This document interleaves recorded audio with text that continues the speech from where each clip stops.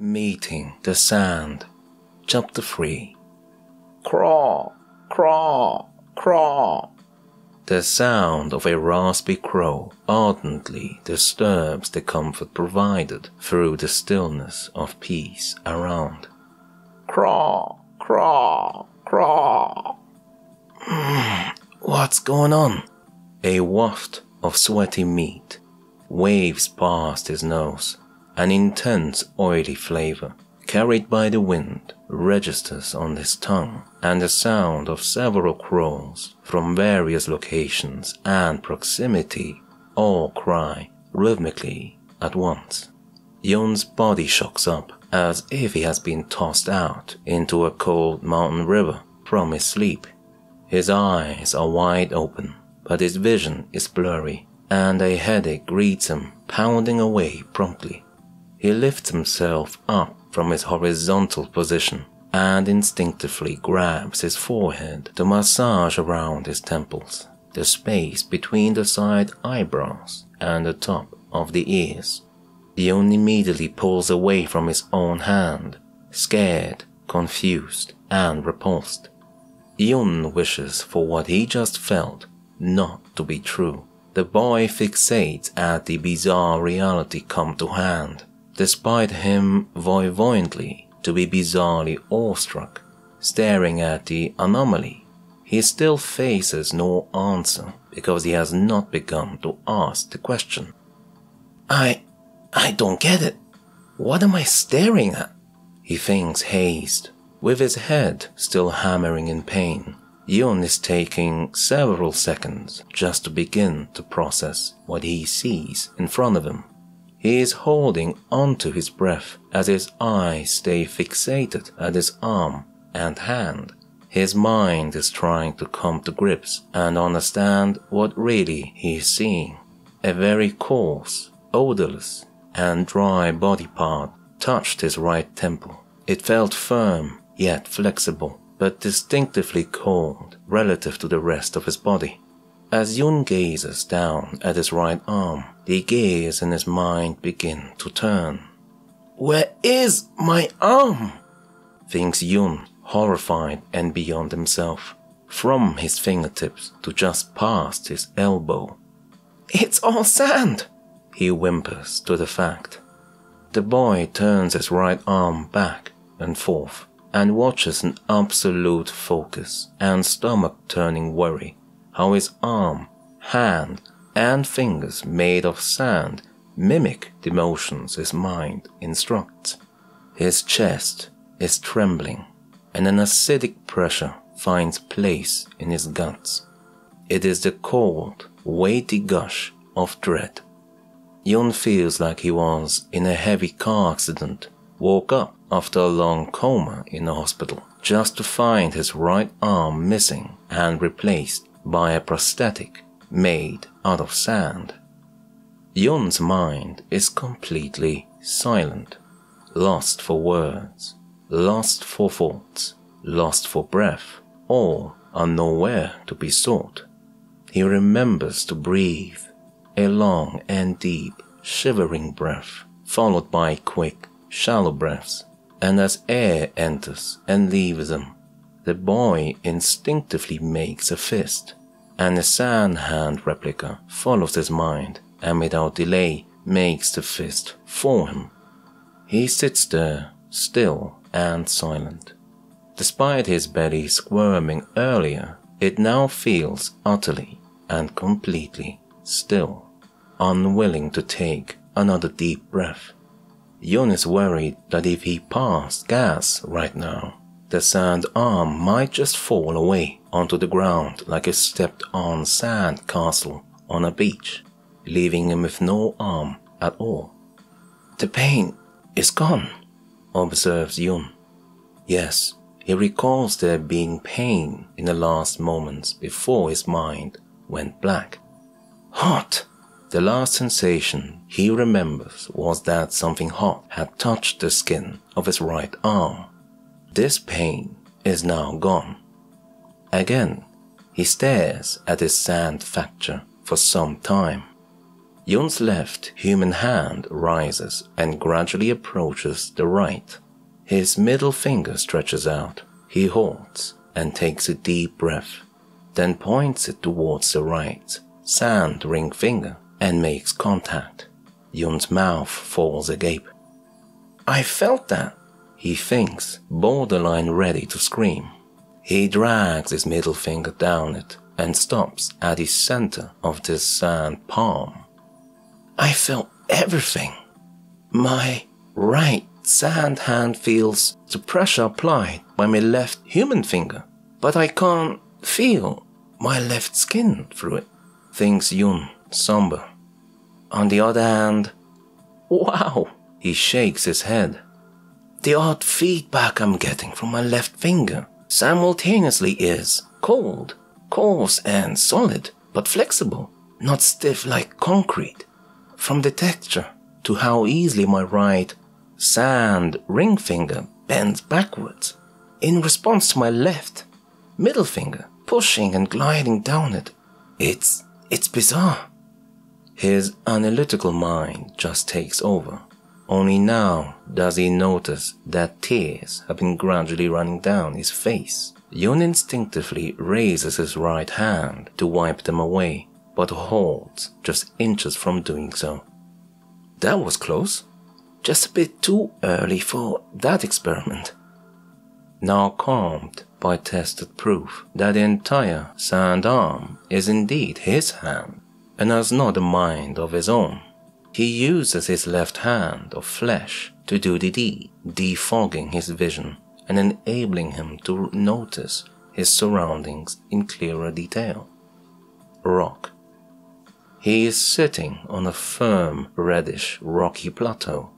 It seems to him somewhat circular and ends at a good distance from where he is. Yun looks around and can confirm the same for the rest of the rocky platform. Blue. All around him, past the circumference of the plateau, he sees blue and a few white clouds. Am I in the sky? Yun's heart races. Wait, where am I? Why, what? Yun begins to get on his feet. He moves his right arm out towards the ground to help him up. The sand arm suddenly stretches by several inches forward and touches the ground. There it stays, perched with its fingers on a rocky plateau, leaving him in a strange, half-crouched, half-up position. One arm now clearly is longer than the other. Then the sand arm stretches some more, and Yun is elevated at an angle until he is fully upright and standing, not unsimilar to the hydraulic arm of a road excavator. With astonishment, Yun observes how the sand arm shrinks back, like how a snail retracts its neck into its shell, and just like that, the sand arm is the same length as before. What? I didn't do this. He thinks alarmed, just when he thought that this sand arm did not have a mind of its own. For a few moments he just stands there with wide open eyes, fixated at his arm. The sand arm made a decision on its own and put that decision to action. So Yun stares at it and keeps on staring, waiting for something to happen. Nothing else seems to be happening. With time, he eventually allows himself to breathe. The logical part of his mind quarrels with what he just felt and saw. He is quiet. Yun is trying to process and explain to himself how and why this happened, which of course, he does not know. Yun eyes the arm mistrustingly, wanting to catch it doing something else strange and spontaneous.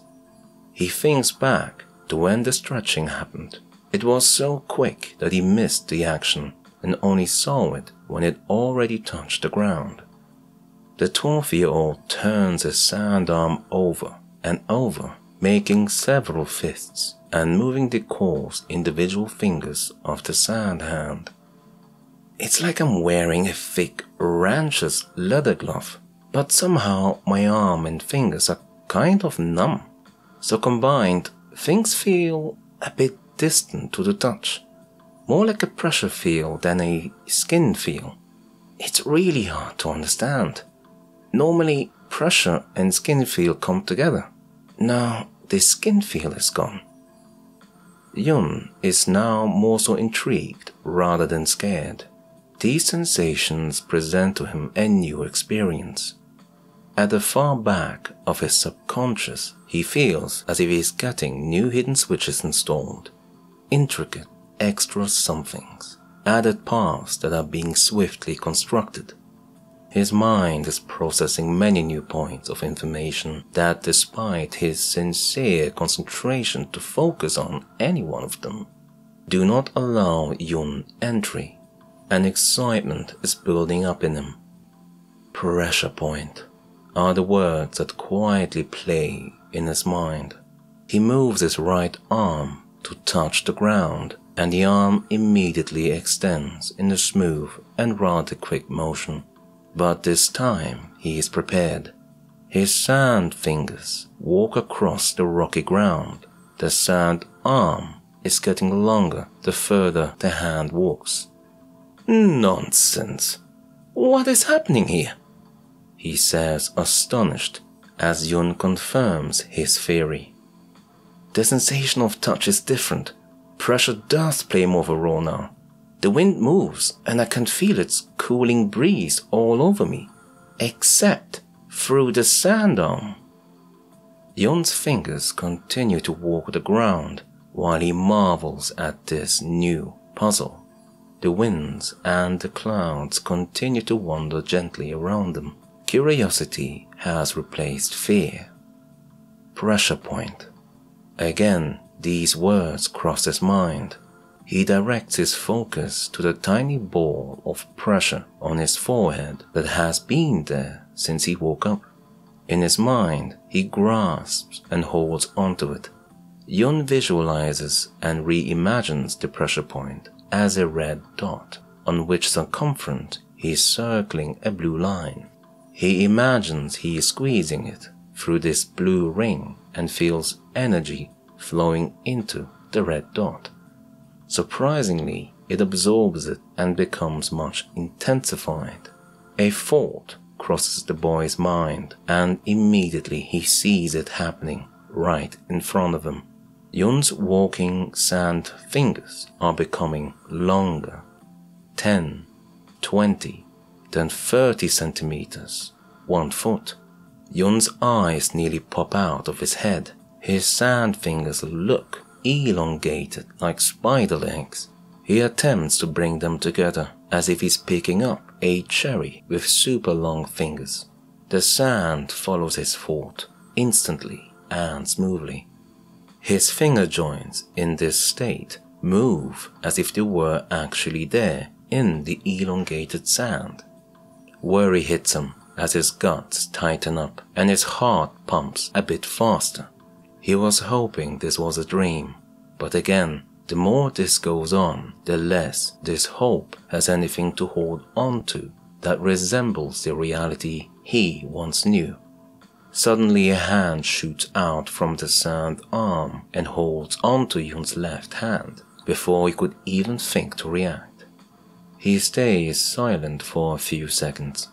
Yun stands there, stunned, expecting his left hand to be crunched down like a used-up soda can, but it simply holds a firm and confident handshake grip. A sandshake! Very businesslike! He bursts out laughing. His mood just turned over. Okay, it knows the difference between what I'm thinking and what to actually do. Very important. He breathes a sigh of relief. This theory was an important one to prove. First, that a sand arm does have direct access to his thoughts. Second, that it can differentiate between a passing thought and an actionable one. Yun tested a passing thought first, and the sand arm did not react. Then he imagined a business handshake because he wondered what the sand hand would then feel like as he approached it with his left hand. Then the shake happened. As he wonders about the 3 hands he has in front of him, the second sand hand lets go of his left of flesh unharmed and recedes back into the main sand arm fully. A flash of a memory makes Yun remember the tombstone. Wait, how did I actually get here? Images of hundreds of tiny hands dancing below the skin of a porcelain white arm attached straight out of a large tombstone flicker through Yun's eyes. He remembers it held him by the throat. Then there was a sandstorm, and now Yun wields an arm of sand that can sprout out other hands like a tree with branches that has come to life, sharing this reality with him. His memories flash back and forth between the recent past and present, leaving him with a feeling of déjà vu. He wonders if he has been standing there before.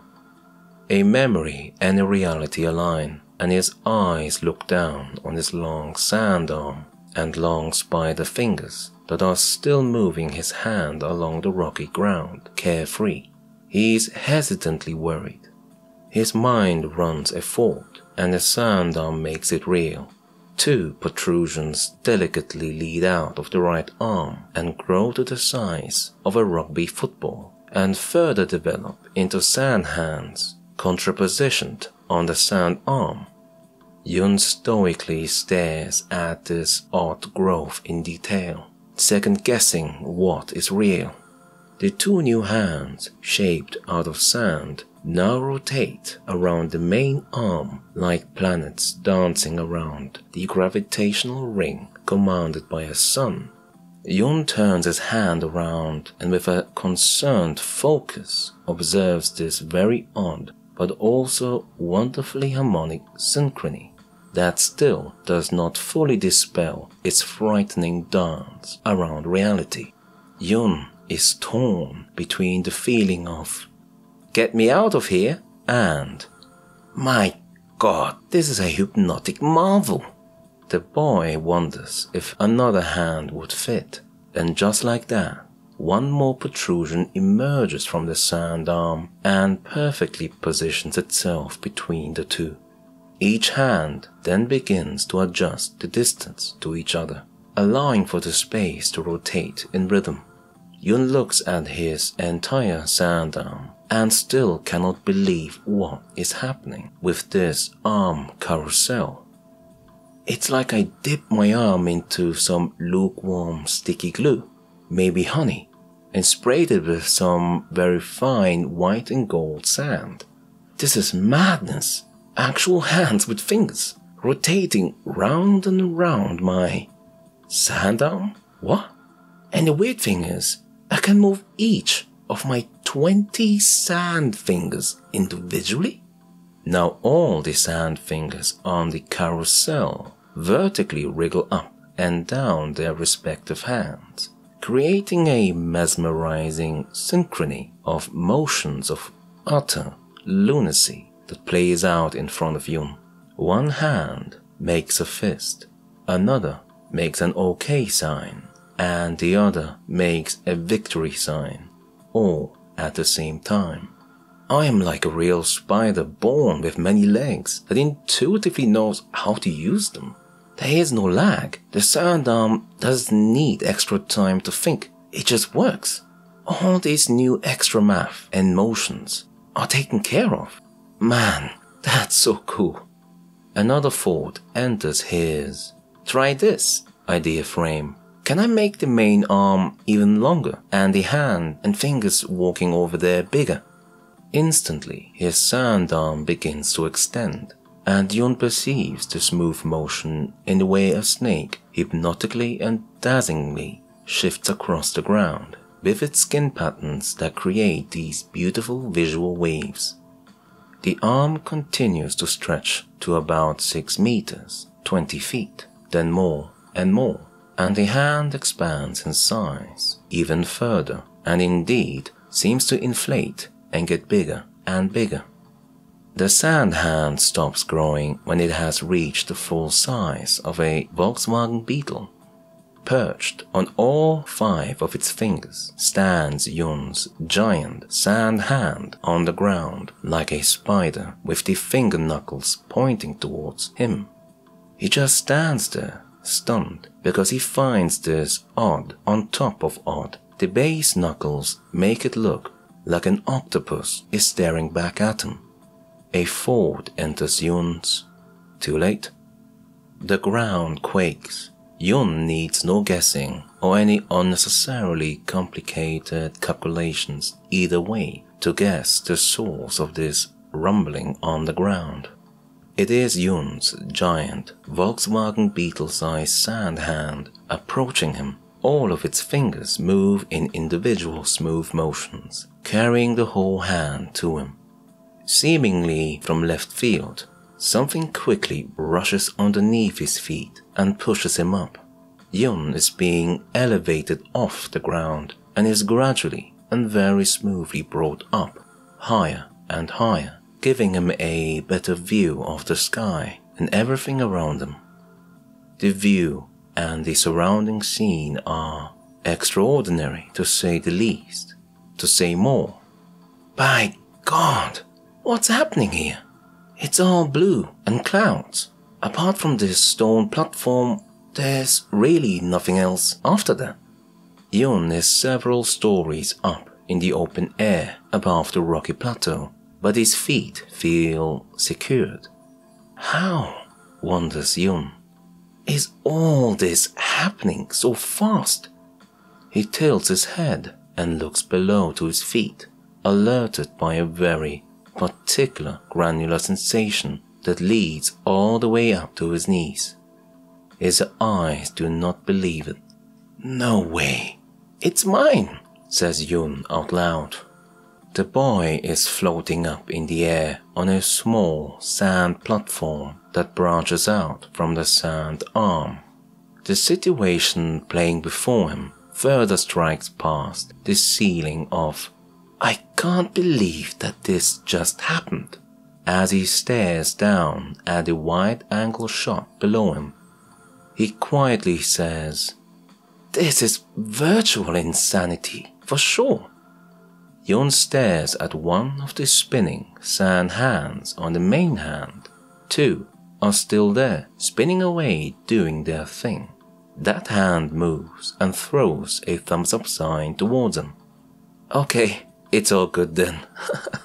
He laughs out loud.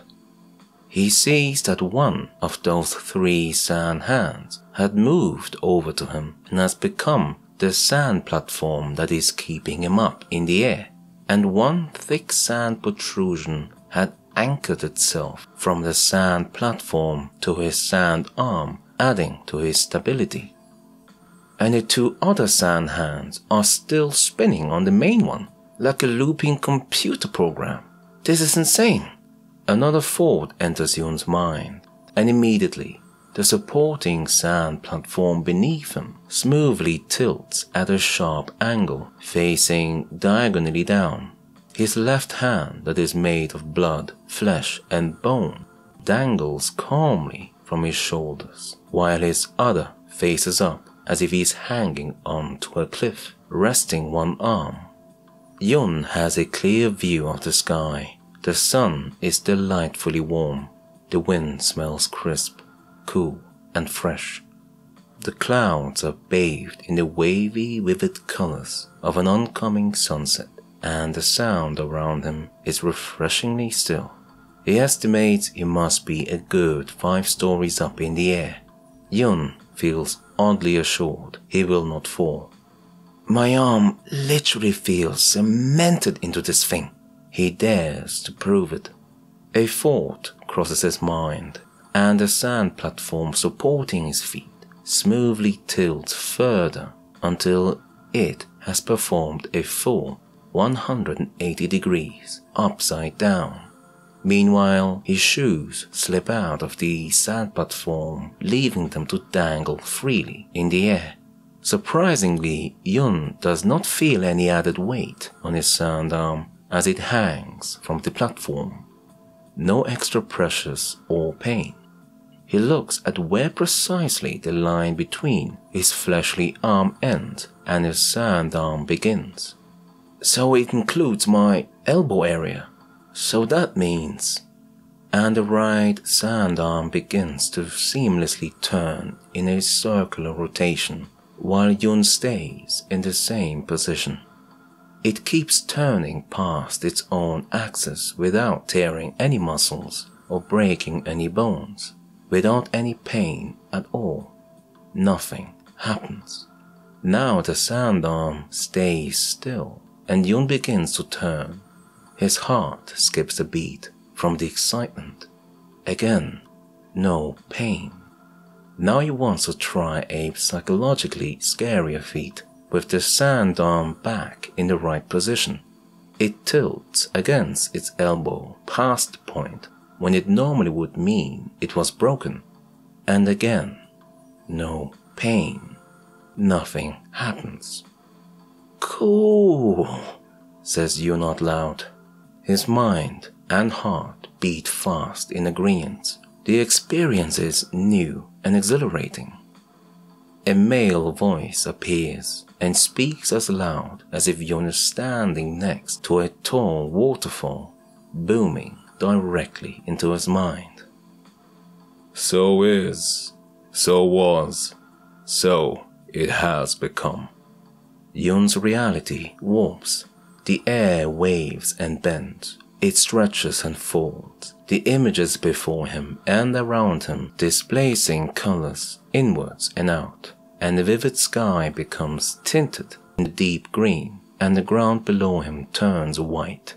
His senses fold, and Yun's sight goes black. Underwater looking glass. Rain. The distinctive dribble of rain and its endless sounding droplets fall onto a mass of water. The many vibrations they create act like a soft alarm bell that slowly brings Yun back into consciousness. His eyelids gradually open. He finds himself lying flat on his side like a cat with both arms stretched out in front of him. Yun's sleepy eyes pick up on more detail. Sand. There is a low line of sand formed in front of him. He roughly estimates the height to be about 4 coffee mugs tall. His head lies still on the dry ground. Wait, the ground is dry? But I heard water. Yun notices water dribbling down past the sand line. And only now does he see that the dry area he is on is shaded.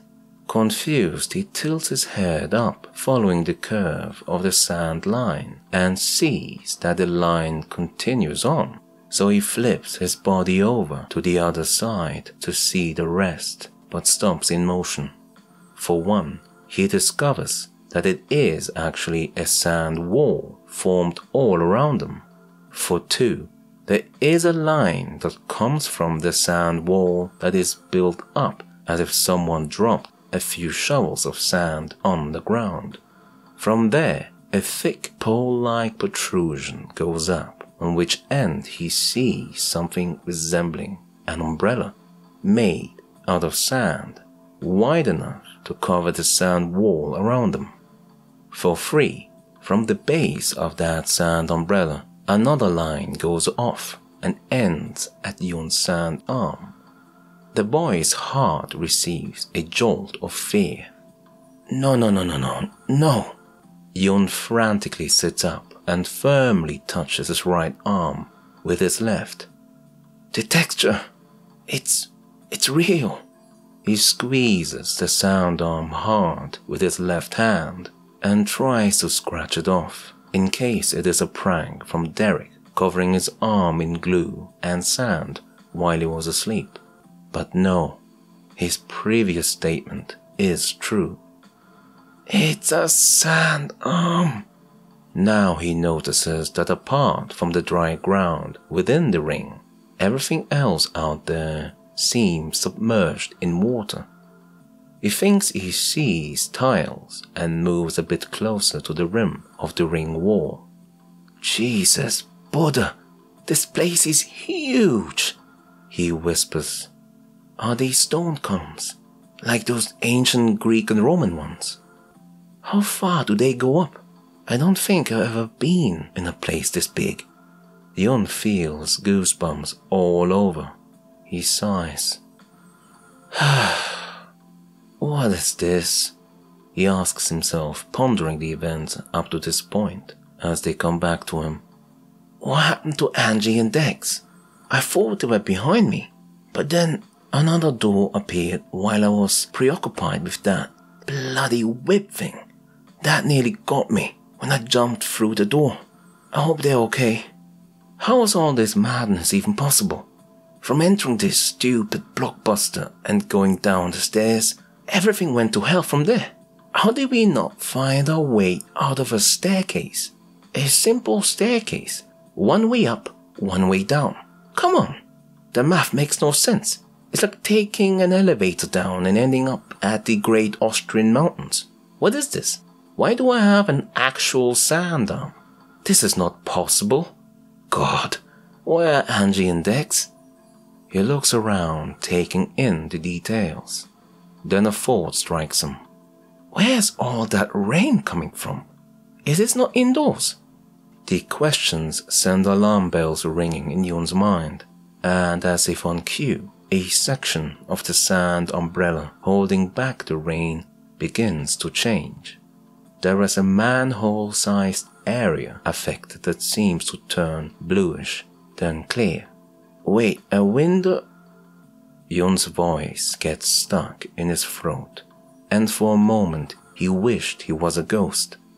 High, incredibly high above him, at least 2 big bends up, he sees that the entire ceiling is covered in a mass of water, large enough to be called a small lake.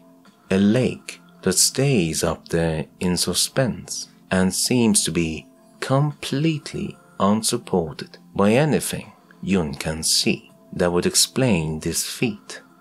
The rain indeed comes from that lake. The full ceiling area and the lake expand far past what Yun can clearly observe through the window in the sand umbrella. Unfortunately, that alone is not what made Yun stop breathing and wish he was a ghost. No. Instead, a gargantuan, virtually improbable eye stares back at him from underneath the deep blue lake, submerged and floating up there. By God, are the only words Yun manages to whisper out. This situation opens up to reveal even worse.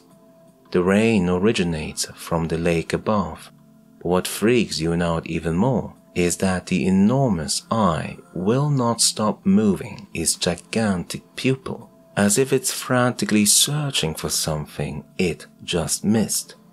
Somehow, the eye, which is about the size of an international seas oil tanker, ironically has not yet seen Yun through the glass window in the sand umbrella, nor does it seem to have gathered that the umbrella does not belong there. Then Yun's eyes strafe back at the sand wall on the ground, and 2 + 2 equals something dearly. His eyes widen as the gears in his mind carefully turn to unlock the missing piece to this puzzle. What if it can do something crazy like use the rainwater and the sound of the droplets splashing to locate me, in addition to this forking massive eye? Yun gulps faintly, feeling a dry tongue. Is that the reason it's frantically searching? It already knows someone is here. Yun looks at the water level bordering his sand wall. Not good. He looks around for a way to leave. He knows what happens to a sand castle at the beach. The sand castle does not win against the weight of the waves. It looks like that being up there doesn't recognize the sand as a threat yet, but it might jump to action if any of the water gets to me. I don't need this trouble right now, thinks Yun, assessing his situation, but he cannot completely force down the cold fear of dread that is building up in his chest. He is just 12 after all. A wrong move and this mousetrap could just slam on my neck. The boy is thankful the sand arm protected him while he was unconscious and set up this umbrella and circle wall. This bought him precious time to come around and wake up and do something about this situation. Yun is thankful that the sand arm is not as mindless as a hammer. Now another worry befalls him. How will it react to movement? Will it be okay if it sees the umbrella move positions? Like if the whole thing shifts slowly like a snail? If the water falls over the sand wall, will it notice the dry ground in here and do the math? Jesus Buddha, all the ways I see, it could react and it's over. Yet if I hang around here too long, the rainwater will eventually spill over the wall and get me. The sand wall is doing good so far. It's increasing in height as the water line rises, but that also means more weight against the wall. Akin to Yun, he is good in the assessment of paths to establish a stratagem and rank each path's chances of success. The strategies flow into him, but the unknowns may prove to be too costly for a second chance. A cold breeze glides down his spine. This is no game. If I mess up in any way the creature recognizes, it's over. He is trembling all over, and for a moment his chest tightens quickly. His eyes get hot and dry. Yun's guts feel like a half-limping fish that landed on a rock ashore, dry, trapped, and slowly losing breath. The confidence to alter its situation and live falls as time goes on. Yun is experiencing the feeling of dread. Dread is a slowly oncoming sensation the body uses to ring and call home, saying to the mind, "Unless something changes, the end is sure." Yun is feverishly looking around for anything useful that could enter into his calculations and increase his rate of success. Yun looks through the large gap between the umbrella and the sand wall. A good 20 meters, 65 feet behind them, Yun spots a dilapidated-looking old stone balcony that is barely supported by stone columns and runs along the wall about 2 stories off the ground. To the other side in front of him are enormously wide stone columns. They spread in rows and continue on to an unperceivable distance. This space looks like an ancient place of worship, cathedral-themed. Yun feels sick when he thinks how his situation could have been so much more worse. If he woke up somewhere in the middle over there, how would he have tried to escape then? Yun wonders why it is not pitch dark. Where's this light coming from? He notices that the wide stone columns themselves emit a sort of glow, strangely. Nothing seems to move, nothing seems to change. Just the rain from a lake suspended above continues to trickle down. Yun lets himself fall into focus and concentrates his being into one place. A vibration between his eyes makes itself present, and it seems it has been there this whole time. The dot, that pressure point on his forehead, it feels familiar. Yun's eyelids shut, and he feels as if a wave is carrying him up and gradually setting back down. Strings of sand slowly move out of his sand arm. They curve around it and form into the shape of a funnel and continue up his way and begin to cover him. The sand umbrella gracefully lowers down towards the sand wall until the gap is completely closed and sealed. Sand touches his face and his neck, his shoes and his chest. his belly and his back, his arms and his thighs, and everywhere else on his body's surface, and he begins to sink and merge into the ground. Despite the odd scene playing around them, worry does not fall as a slow rotation begins and a cool breeze flies towards him. Yun begins to spin a bit quicker. He finally lands and feels as if the waves of the winds have taken him afar, away from the threat. He opens his eyes and is amazed. He is sitting and it looks like Yun is in some kind of sand bunker, big enough for one person, rather wide and tall and circular.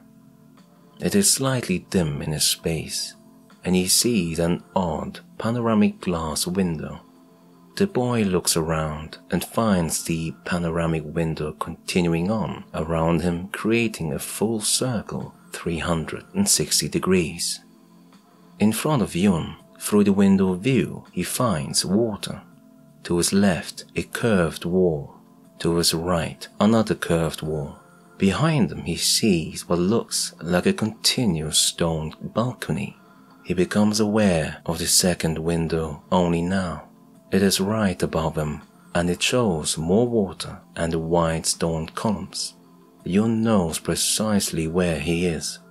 As he finds his last position, where he just was, he just manages to witness the remaining traces of the sand umbrella rolling towards the center and merging with the stone tiles on the ground.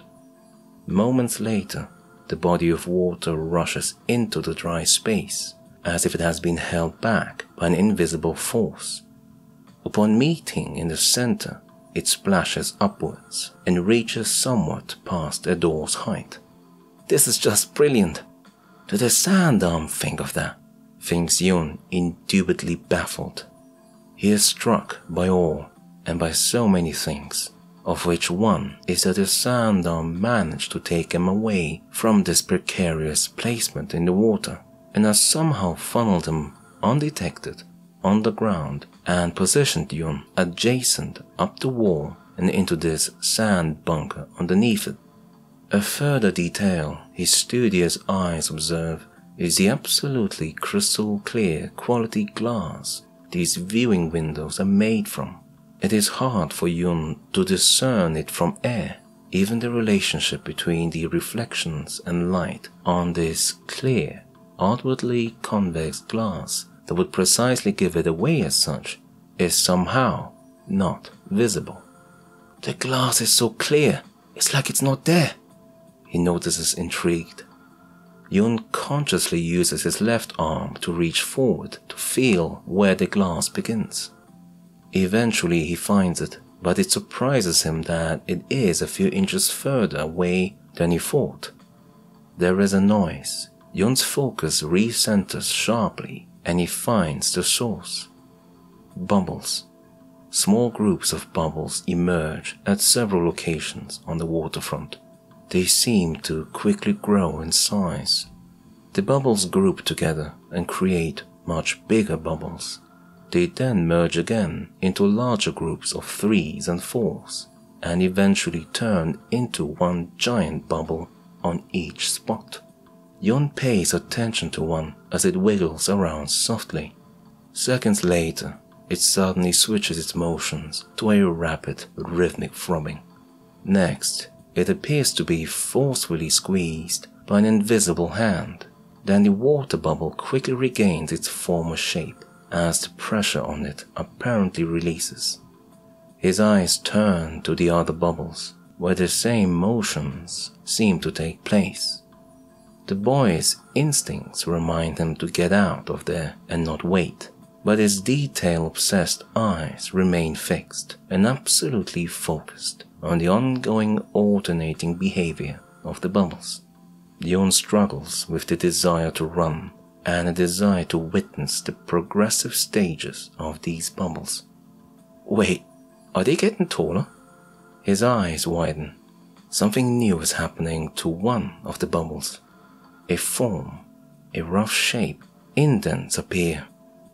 Eyes, a mouth, a face.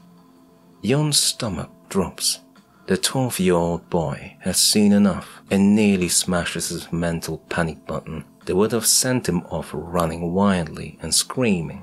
But his prior focus on the dot positioned on his forehead caught enough of this wave of primal fear for him to do no more than to just briefly rise from his position and sit back down.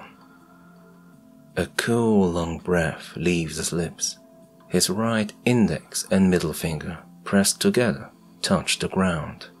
An earth rod, a very common meditation technique that sends the electrically charged molecules of excess excitement into the earth through a chosen path, away from Yun. Concentrate. I'll deal with the logic of this later. Keep calm, breathe, and need a plan. Whatever's about to happen, I doubt it's gonna be any good for me. He zooms his focus away from the bubbles and looks around. His eyes follow the balcony that is running along the wall, supported by the equally spaced and ancient-looking stone columns. There! About 2 stone throws away, he sees a slim but tall double door. It's not fully closed. There's a gap! Some popping sounds redirect Yun's attention, and a shower cold air runs down his spine as he turns his head towards the noise and sees the new, mortifying reality before him. Blue, black, and red are the first things that pop into Yun's sight. Something resembling powerful-looking lions of about 2 stories tall stand in a wide area in front of him. He just manages to see one coming out of these bubbles. They seem to be completely made out of water. They are monstrous in size, and there are about 15 of them according to Yun's rough estimation. His eyes cannot help but be fixated on the details, despite his precarious situation. Nonetheless, he observes one of them intently. Blue. It has a blue great mane around its head, the size of the mane typical for a lion. A detail that immediately catches his eyes is how its mane wraps around its torso and back and continues along its length. The hairs keep going down its tail, but do not join with the lion's tufted end, the bushy part, but join with what looks like a dolphin's rear fluke, the part that makes a dolphin swim fast. More than being proportionate to the rest of this lion-like creature is its extra thick tail and very wide fluke. The fluke stays half submerged in the water. Its mane looks wetted down as if freshly styled with gel. Black. The rest of the creature's body is mainly matte black, but where the eyes were supposed to be residing at exist in their place, wide, deeply gouged out holes from where several grey and black oily-looking skeletal gorilla-like hands seem to grip onto the rim of the empty eye sockets. Further, where gorilla arms are supposed to follow the gorilla hands are in their stead thick chains that look like gorilla bones. The chain bones disappear into the mane. Red. From the inside of its supposedly empty eye sockets are 2 small, intensely red floating dots in each. The dots rotate in a circle as if they are in chase of each other, then stop entirely and begin to move once more. The inside of the creature's mouth appears as if it's inhaling blue jet flames and seems more than big enough to easily hold onto 2 4x4 vehicles. It's official. That's a fudge fest, and I am the idiot who got put to sleep and woke up in a German underground cellar just in time for the part in the party where I'll be their gaping turkey to stuff full with sweet and sour crab apples by the bucket load on the carte le hung block fudge. Adrenaline pulsates in Yun's every vein, fiber, and bone. I need to, oh my god, get to that open door, he thinks as the last of the lion-like creatures slips out of its bubble. Jesus, Buddha, now it's like 20 of those. Some of the beasts stretch their towering heads up in the air, while others sniff the water's surface. The rain that continues to fall from the lake above simply flows down their mane. The giant eye in the lake above is still searching, waiting with anticipation for results. Yun has no idea how much time he has until those watery beasts clock onto him. His right hand of sand jitters. This makes the boy look at it. It shakes, like me. He makes a fist with it, and a burst of what to him feels like electrical fire collects at the pressure point on his forehead. He closes his eyes, focuses, and reaches an immediate state of tense concentration. Emotion comes over Yun. He feels like he is being quickly but smoothly sunk, and in seconds feels whatever he is sinking into reaching his neck, and it stops there. Yun notices something peculiar about what just happened. My arm, my sand arm, what is behind it? Is it a who? Is it an AI? Is it a smart tool? A little pressure flowing around his right arm leaves him with an odd sensation of agreement. But to which one? Yun switches his attention from thinking about his sand arm to his new surroundings. The pressure on his forehead eases a little. His eyes open and widen in disbelief. The boy's instinct is to turn around, but he finds there is no need for it. He can see perfectly fine. Everywhere. What's going on? This is crazy. What? Yun observes two things immediately. First, he no longer sees two windows, but rather two fields of view as one. And he sees not through external windows, but it is more like the view through both windows are directly connected to his eyes. Yun can look to his left, his right, in front of him, behind him, and above him without needing to turn his head, all at the same time. Second, the sand is not collapsing in on him, despite Yun being buried neck deep in it. The fit is snug like a tailor-made suit. Is this how a spider sees life? Yun concentrates and focuses towards the tall open double door, and to his surprise, he begins to shift. Whoa, that's so surreal how this looks. He wants to turn his head towards the beasts, as his habit to do so suggests, but he already can see them through this new thing the sand arm did. They have not noticed his movements, so he keeps on going. Slow and steady, breathe. Slow and steady, he thinks, coaching himself on. From the inside of his odd sandy space, nothing seems to shift while he's underneath the wall, moving towards the door seamlessly. Something's not right with him. He's sweating. A cold breeze moves into his spine. The adrenaline is beginning to wane. The actual terror of his situation is sinking in, and for a bit of time, even if it was just for a little, he could simply pretend to be in a dream shooting webs like a certain spider-touched man swinging past the skyscrapers of New York. He would like this to be the moment he wakes up. Okay, about 2 stone throws to go. Yun is making progress, and he's careful to remain. Multiple booms blast loudly close to him, and the boy's guts sink terribly deep, and his feet jump up but are held in place by the sand. His new field of vision allows him to see around apart from some blind spots, but everything everywhere visible to him is hulled in a dense mist. Rain. An enormous rush of heavy rain comes down all over, and as the mist clears, the source for the problem becomes crystal clear.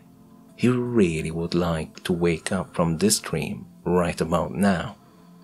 About 8 stone throws away from him stands a towering lion-like creature more than twice as big as the others. A true Goliath. It is immense. It is spectacularly ginormous.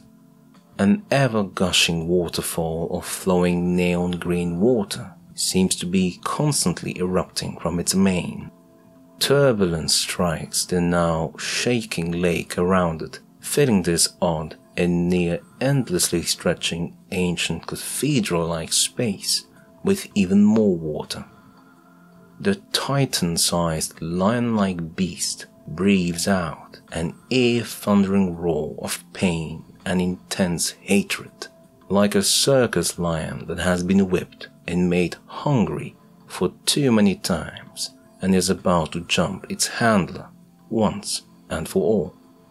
Its head wildly waves side to side, its maw widens past belief, and another roar that sounds deeper and even more incensed and hate-filled exits its throat, pressure blasting the walls, physically pushing the water around it away. That is all Yun sees and wants to see. All his senses crack past the red line, and as he is about to make his way towards a tall double door, the boy is thrown backwards, and his view promptly and completely disappears, and darkness hulls him in. Yun feels as if he is being sent hurling into a pool of thick glue. He is disoriented and justifiably frightened over his very sudden revocation to his right to sight. The darkness presents no orientation at all. He knows not where up, down, or for that matter, where left and right is. A red glow suddenly emerges in the darkness, and Yun somehow understands it to be the double door. It changes from red to a glowing purple. The Sandarm made another tactical and thoughtful decision and has managed to remember the coordinates of the double door for Yun. "Go!" yells Yun from the top of his throat as he moves on. Massive vibrations shake the wall behind him. Yun's mind races. Several large vibrations crack and smash the wall again. He senses some cold wetness from below, which begins to slow him down even more, a detail he missed first time round. Damn! He swiftly changes his direction, moving diagonally upwards, and his speed quickly picks back up in response. Does this mean water touched me, and that's what slowed me down? He keeps this in mind and rushes ahead. Just a small stone's throw away. Nearly there. Come on. As he moves on forwards, he sees a virtual barrier. Something alarms him that he will not be able to go through it, blocking his path to the double door. It's blocked? What do I do now? A mental image appears in Yun's mind. It looks like a tube within a tube that stretches to bridge the gap and points into the slightly open space between the double door. And I will fit through that tube? Something in him responds in the positive. Shit. Alright, I'll have to adjust for gravity. He goes for it. The smaller lion-like creatures join the biggest in his rage. Several massive holes have appeared on the wall Yun just escaped from. Parts of the balcony have collapsed onto the seesawing water, creating waves upon waves. The area concerned could fit the length of 3 double-decker buses, back to back. A much denser, misty air created from those attacks spreads around as water still gushes out of these holes in the wall. From the wall next to the tall double door shoots out a sand structure as thin as the width of a TV remote control, and it quickly stretches past the gap between it and the door. This action does not escape the watchful attention of the tallest beast.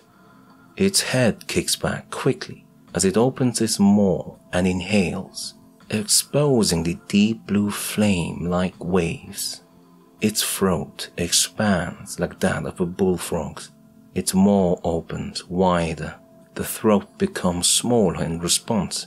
The head aims at Yun, who just jumped out of the tube, still halfway in, looking as thin as the tube itself. A god-awful blast crashes through the air, caused by a ball of wind and water that has ejected out of its maw and is ripping through the distance between it and the tall double door.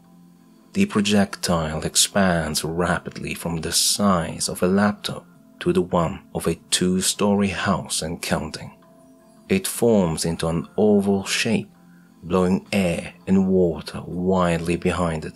In just 2 seconds, the massive projectile has nearly closed the gap. The double door swings open further, moved by the great winds. The sand tube stretches on with speed, while Yun is still partially in it. He gets through the door.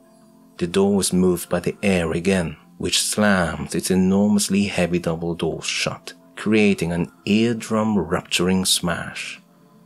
Yun falls out of the sand tube at great speeds, twisting around the floor as if hurled by a speeding motorcycle.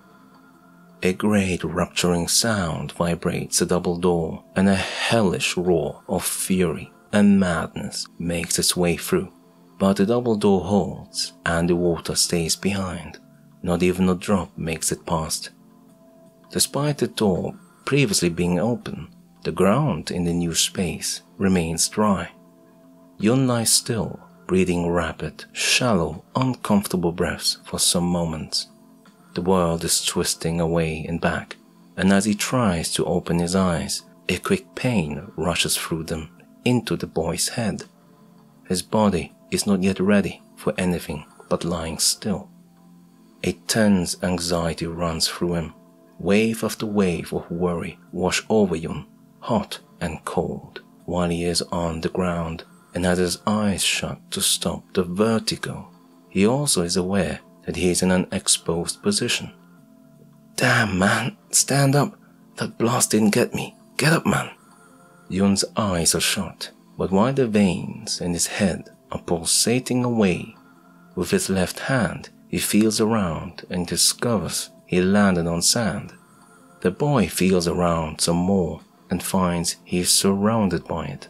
The sand arm has enveloped him in a sand cocoon, released before he hit the ground, which took most of the damage in his stead.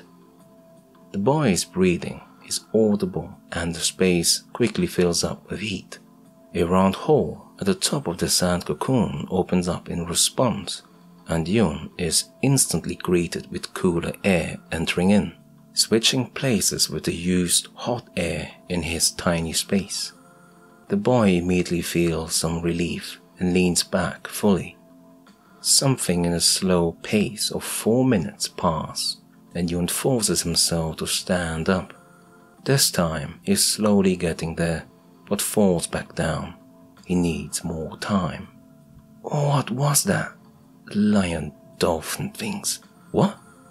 He pushes himself to stand, but he still feels shaky.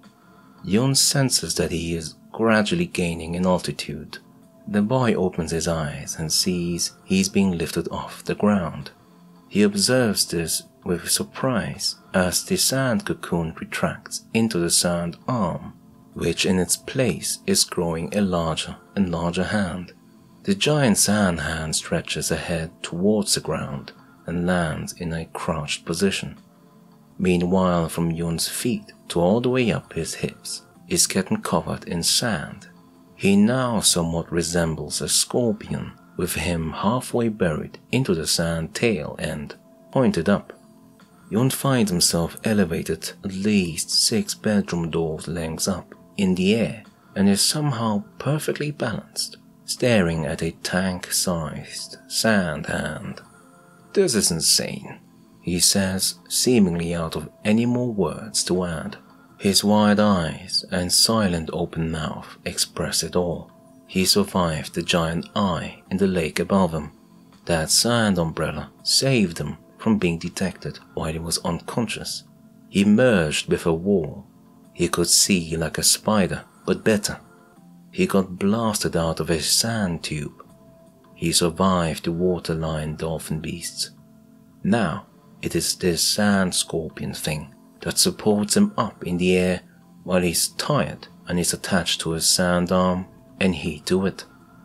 This feels familiar, he thinks as he looks around. The space he finds himself in is a tall and wide corridor. Yun estimates the ceiling to fit the length of more than 4 double-decker buses and about 2.5 double-deckers wide.